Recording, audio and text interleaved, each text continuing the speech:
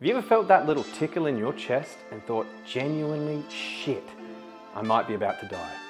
I'm not going to get to spend the next 20 years with my kids. And you shake it off. You tell yourself, no, I'm fine.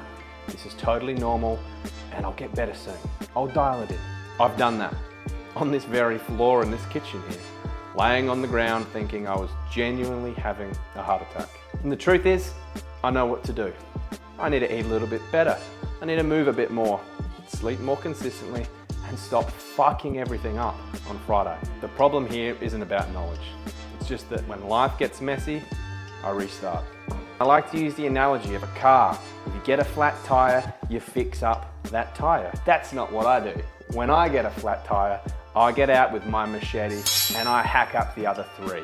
Bang, blow it all up. And that's why I've put together my 5 foundational principles that I'm following as I reset. And I'm giving them to you for free here today. So let's kick it off.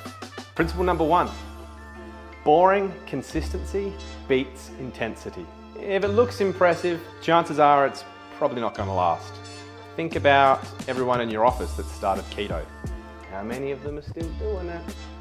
Probably not many. I know you've seen it all online before, the crazy workouts, the epic meal prep, but what you're not seeing is the inevitable crash at the end of all of that. The basic rule of thumb here, if it's not repeatable, and it's not for us.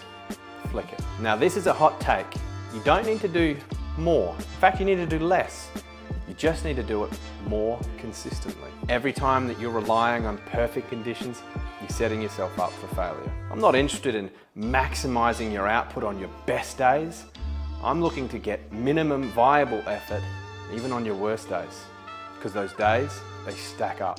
Sustainable beats spectacular every single time. Principle number 2, protein, steps, and sleep. If you're overwhelmed, don't know where to start right here. It's pretty simple. No supplements, no fancy training splits, no tracking macros even. You don't have to jump onto the latest biohacking trend.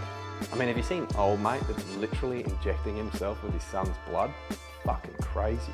Yeah, just nail these 3 steps. When it comes to our protein, try and get it in every single meal. You see, protein's great.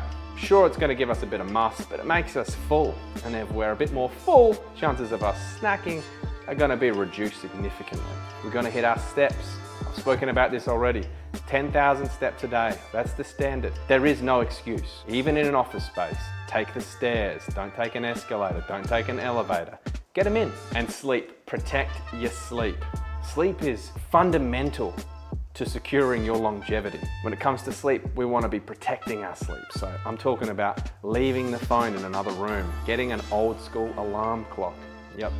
No more doom scrolling TikTok in the early hours of the morning trying to grab one little bit of dopamine before you nod off. Leave it out. Principle 3, standards beat discipline. Motivation is unreliable, especially when you're tired, busy, or stressed. And if you're a dad like me, chances are you're pretty regularly all 3 of those. Waiting for motivation to kick in is like waiting for the perfect weather to go for a holiday. You're just gonna be waiting forever. Standards don't give a shit about your feelings, but they help us set up a really solid foundation for our days and our weeks. So what does a standard look like? Well, easy. When I wake up in the morning, I do 10 bodyweight squats, a couple of push-ups. Doesn't have to be heroic. Low level shit. I don't skip protein at any of my meals, no matter how rushed I am. I go to bed before 10:30 p.m. every weeknight. Full stop. I take the stairs, not the elevator. You see, when we set these standards for ourselves, we don't have to debate or have this internal monologue about our expectations. They're just standards. No different to you brushing your teeth every night. Just do the fucking thing. Do it and do it consistently. Make it achievable, make it small, but just do it. These are the standards that we live by. Start setting yourself a better standard to live by so you can be around with your kids for 20 years. Principle number 4. Slow progress is progress. Now, I've already spoken about we don't need to start by tracking our macros and weighing out our food. Yes, that is true. However, I'm a firm believer of it being a really good idea to start tracking what we're eating. So we have a really good understanding of how much we're actually putting in our mouth, because you'd be blown away by how many calories you're actually consuming if you've never tracked before. We don't need to be going for these fitness influencer success stories that you're flooded with every day in your feed. You don't need to lose 15 kilos in 3 weeks. It's not sustainable, barely achievable, it's not fucking healthy either. 500 grams of weight loss per week is totally acceptable and fantastic because it's sustainable in the long run.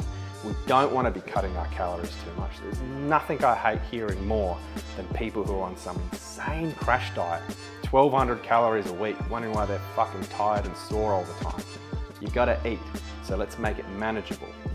This is why I recommend using the app Carbon. I've already spoken about Carbon before, but it takes away the guesswork. It actually helps you understand better how much you should be eating. It'll modify your calorie intake based on your outcome. And all you have to do with the bloody thing is just be honest. Be honest with what you're eating, put it in there, it'll punch out what you need to eat. And you'll start to develop a bit of a knowledge and understanding about what it is you're putting in your body. How much protein is in this chicken breast compared to a Big Mac, which we shouldn't be eating that often anyway. You get my point. You see, real change takes time. Think about it over a 12-month period, not 12 weeks. Put in the work consistently, week after week after week. Start building healthier relationships with food. Now, I definitely wrote principle number 5 for myself. Don't restart, adjust. We should be adjusting and pivoting. And by that I mean if we have a blowout, no problems, carry on the next day. Don't starve yourself for the next 24 hours because you've blown up. Just get back on with it. It's okay. One day isn't going to make the difference between you getting to where you want to go and you failing. What will though is if that one day spirals into 2, into 3, and we're slashing all the tires in our car. You just got to carry on. Get back on with it. The next day, dial straight back in and hit your calories, or if we're not at that point yet, you're not tracking calories, just don't derail the next day. Go back to your standards. You don't need a new identity. You don't need more discipline. And really importantly, you don't need to hate yourself for failing to get to where you want to be. What you need is fewer decisions, clearer standards, and something that is completely repeatable. You see, the goal of my 5 foundational principles is not perfection, it's persistent. It's a daily effort showing up. That's how I'm resetting this time. You can too. Link in the description. It's a free download. I've put it all together in a nice PDF for you. Go grab it, get after it, stop waiting for tomorrow. The perfect day is never going to be here.